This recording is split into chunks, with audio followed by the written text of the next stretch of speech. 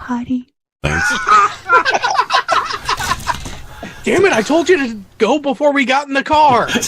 Hey, for me, it means something else. Look, Go kids, pot. I will turn this car around right now. We might as well get started. The kids are just not gonna. They're not gonna cooperate now. So it would Please seem. don't spank me. Giggity. Giggity. Brought the handcuffs. All right, enough. Here we go. I have to be back. I have to be gone for 30 minutes. They'll still be stupid when you get back. Don't worry. Oh yeah. I get the dog still on the selection of the bumper bar. The what now? The dog's bill? What? The dog's still on the leash on the back of the bumper bar. Oh, poor bastard. Talking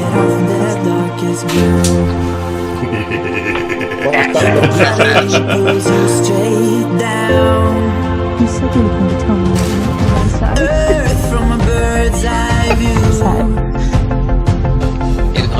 You should grow feathers and see this too. Fuck it! What you doing? When you want to get off the darkest ground, but gravity pulls you straight down.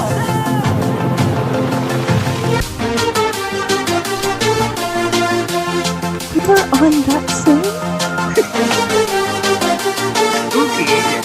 I'm dead. When you want to get off the darkest ground, but gravity pulls you straight down.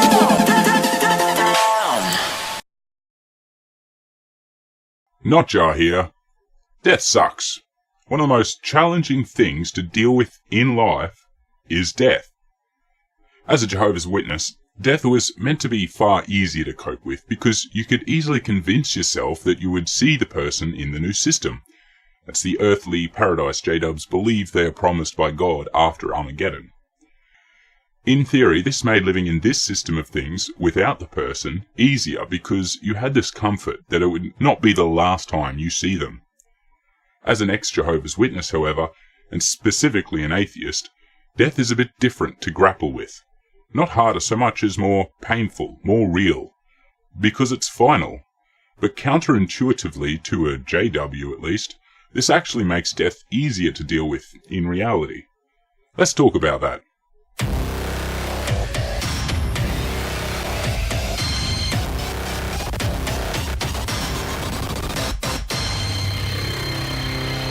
Off the bat, in this video, I will be talking about some sad stuff, so trigger warning.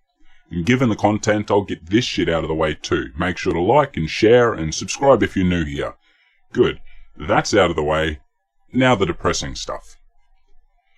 I have a lot to say on this, so if it ends up a bit rambly, I'm sorry. I want to take you back a few years to when I was not an active J-dub, but still had faith in Jehovah, and believed in his new system and all that went with it. The date was the 21st of July 2017. I woke up, got ready for work like any other day, then I checked my phone and saw the news that the lead singer of my all-time favourite band had committed suicide. It hit me pretty swift and hard. I couldn't hold back the tears for a man that I'd never met or even seen in real life. I recall a thing I couldn't stop bouncing around in my head was that he couldn't be forgiven by Jehovah because he took his own life. It drove me close to insane. In fact, it drove me away from Jehovah to think that he would let that be just. I spent so much time talking with my little brother and my mother, trying to have them reason to me that he could find forgiveness and that there was hope, which they did to their, best efforts to do, even if they stretched some doctrine to do it. I didn't know how to cope with the idea that I might get a second chance with an eternal, perfect life, but without them. And I often felt this way hearing about anyone simply dying, whether of note or not. I would immediately convince myself that they would be looked after by Jehovah and given an opportunity at life again in the new system. This death affected me enough to question God, and that led me down a path that I am now, but I would still take it all back given the chance to bring back that one person, knowing now what I do. So fast forward to this year. This year has been horrible. Quite the worst indeed. At the start of this year, my family lost its strongest and happiest member. My auntie lost her very short but aggressive fight with cancer. She would have made grumpy old Dave proud. That was really tough. It still is. I can't understate how amazing she was. A true Aussie battler. Grit, guts, and the biggest smile this side of the black stump. And you couldn't knock her. She didn't need no man to have her back. It even took cancer getting every part of her body before she gave up the ghost. She was a bloody legend. The kindness of you all shone through at that time too. I needed to raise a decent chunk of change to fly up for the funeral. I really didn't think I would raise enough in time. It was kinda last minute, but overnight you all came to my rescue. I still can't thank each of you enough for that. And it really was overnight too. I remember when I woke up the next morning, my mate Cystrike messaged me asking how much I needed so he could send it my way, and I had to decline him with any thanks. God damn it. Anyway, losing my aunt really hurt, but strangely not as bad as what I felt just over a year before. It certainly wasn't for lack of love for my aunt, but that I found it easier to find resolution in their death and thus comfort. It's a complete torturous mindfuck to believe in the idea of a second life and have that rattling around while you're grieving. It leaves you without a sense of permanency to death, and so you don't actually truly grieve. You don't have a chance to accept the finality of it and find peace with it. You're always holding on to the idea that you might see them again. Not a few months later, my older brother's mother-in-law also sadly lost her much longer fight with cancer. Hashtag fuck cancer in the chat and comments, by the way, 'cause fuck cancer. Admittedly, I was not as close with her, but she was a very sweet lady, and she was very much that second mum for my older brother. Death always sucks. I can imagine if I were still holding my JW beliefs, I surely would have made the assumption that she and my auntie would be in the new system. Ever the unrealistic optimist I. As it was, I found it much easier to accept that they've enjoyed their last days, lived them how they wanted to, and to the fullest. There is now finality to it, and I can find comfort in knowing I was able to enjoy some of my time on Earth in their time. But then September happened. September came in and swept the rug right out of the feet of many in the YouTube atheist or skeptic or whatever community group of random people. It even kicked us in the gut while we fell, and then teabagged us in our defeat. Am I accusing a month of the year of sexually abusing us? On the 19th of September, I and a lot of us found out that we lost Cystrike to a sudden heart attack. It's been just over 2 weeks now, and I still haven't really come to terms with it in any way. I have accepted it as reality, though. I'm not trying to convince myself that even though he was a dirty, dirty heathen, he might still be forgiven by Jehovah and offered a place in the new system. When I think of my mate Cy, I don't think of seeing him again one day in a paradise world, although it would be pretty awesome to get another day with him, but I know I won't. That shit doesn't clog my mind anymore. My days with him, and you, are numbered. So they are to be cherished and remembered. From the hours upon hours of Saturdays spent with him in the panel on movie night, to the also hours of shit-talking that just wasn't live, or in DMs. I never got the privilege to meet Cy in person, face to face, but I didn't need to make countless good memories with him. Dealing with death is really tough, no matter how you slice it. But even though the grief of loss is strong right now for me, I still feel far better about it than I used to as a Jehovah's Witness. I'm no longer putting my mind through constant anguish, trying to convince myself that I will see someone again. Will I? Won't I? Or being upset or angry, thinking they would never be given that chance by Jehovah. Now, knowing at least that God isn't there and the new system isn't real, makes dealing with the reality of death easier, realizing its finality. What is done is done. Moving on.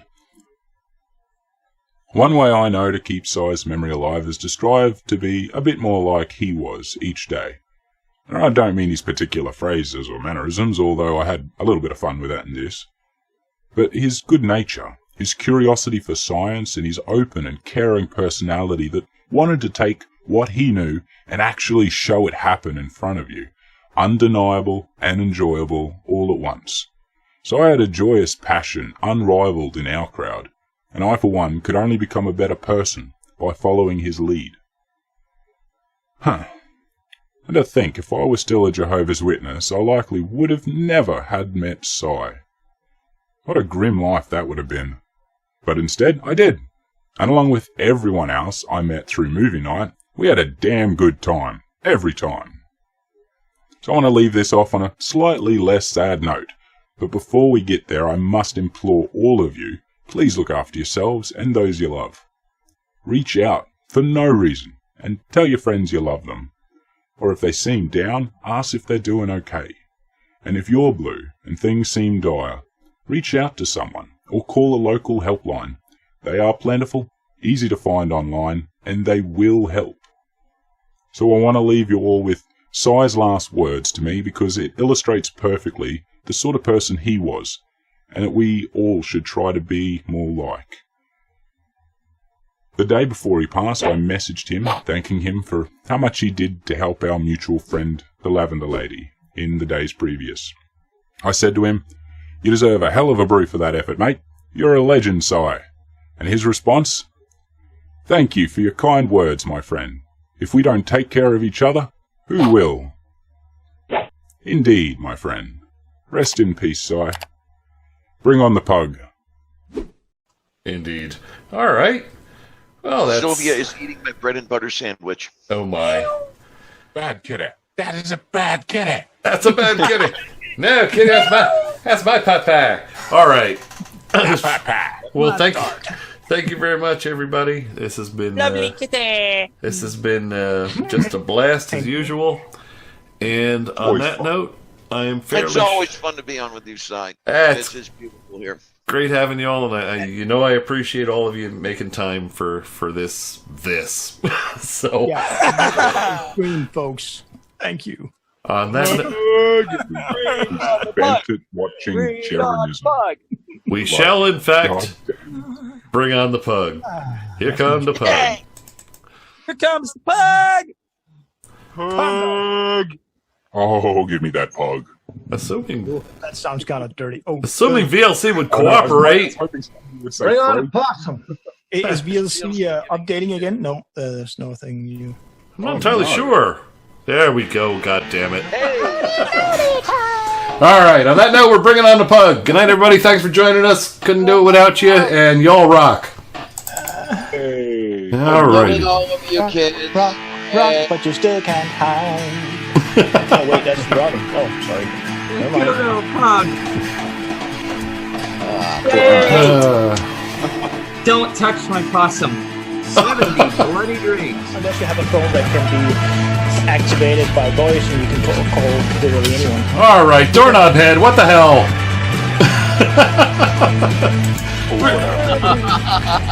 Doorknob head. Tug a pug. Make a pug happy today. Oh my. All right. Good night, everybody. Thanks for coming.